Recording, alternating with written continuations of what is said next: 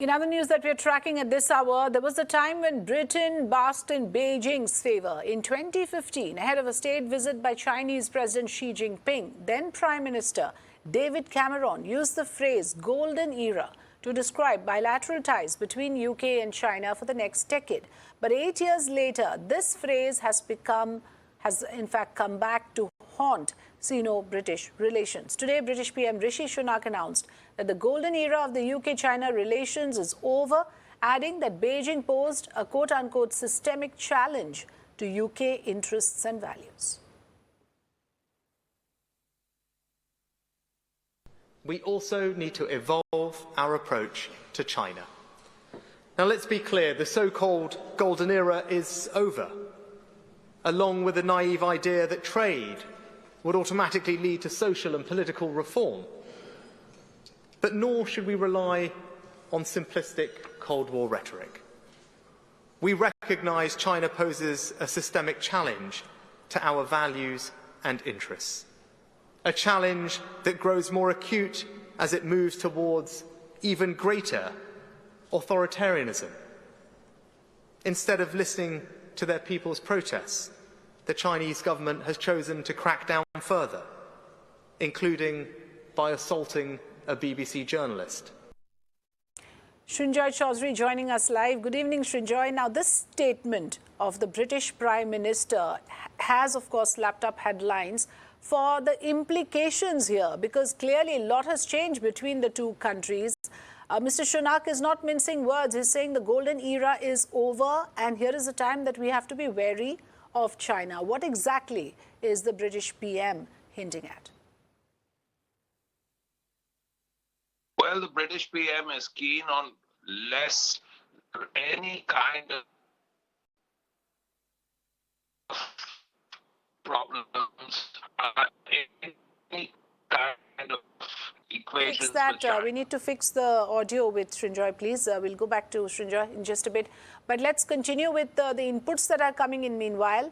Britain is not alone in seeking to recalibrate its relationship with China. A churn in geopolitical relations has been underway since the crackdown in Hong Kong and the rising tensions in the Taiwan Strait.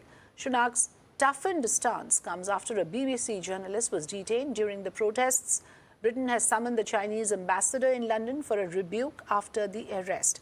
The country also ousted China General Nuclear from construction of its new Sizewell C power station after move to cut its controversial economic ties with the world's second largest economy. The Sizewell C, which is under development, will power about 6 million homes for more than 50 years. It is expected to start producing electricity from 2035. This latest move aims to secure UK's energy sovereignty and ramp up its energy security in the backdrop of the Ukraine war. So in 2015, Britain boasted of the best relations with China. Now it's quite the opposite. It's calling the country a systemic challenge. What explains this change in stance? Well, it includes both domestic as well as American influence.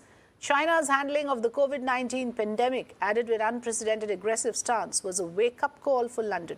But the changing relations has a lot to do with the United States as well. Britain cannot afford to risk its relations with its closest security ally. And China's latest aggression in both Hong Kong and Taiwan Strait was the last nail in the coffin. Srinjoy joining us with more. Srinjoy, we were talking about how this statement in his official capacity as the British PM becomes extremely important. In a way, Mr. Saunak is clearly aligning with the United States, talking about China as a country that poses a threat and poses a challenge. If you could give the full context, please, Srinjoy.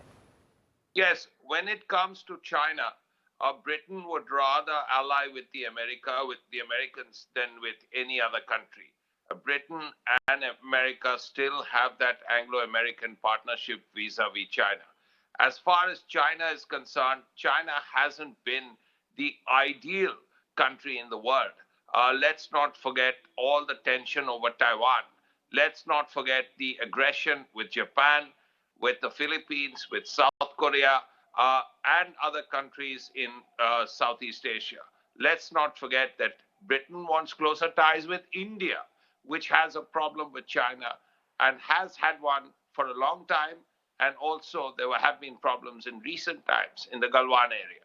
So all these things have to be taken into consideration. Then, of course, there was this talk of China helping Britain with a nuclear power plant. That's not happening either. So all these things clearly suggest that there is a realization, there is some second thoughts about China and its economic rise, its military aggression. All these things are being taken into account by the West. Because in the past, it has been said that the West gave China a clean sheet, a blank check, and China could do anything it wanted. Now, America, Britain, other countries in the West are beginning to wonder whether they should give high technology to China or not. That's a big question. And the answer is definitely no. China will no longer get anything of high technology from the West. That's the first thing. Then America could well turn the screws on people of Chinese origin who have been accused of passing on information, sensitive information from the West to the Chinese. Now, that's also something that has to be taken into account. So there are a lot of things, and America and Britain and the West are gradually distancing themselves from China. And these are developments we'll track very closely with you, Srinjoy. Thanks very much for now.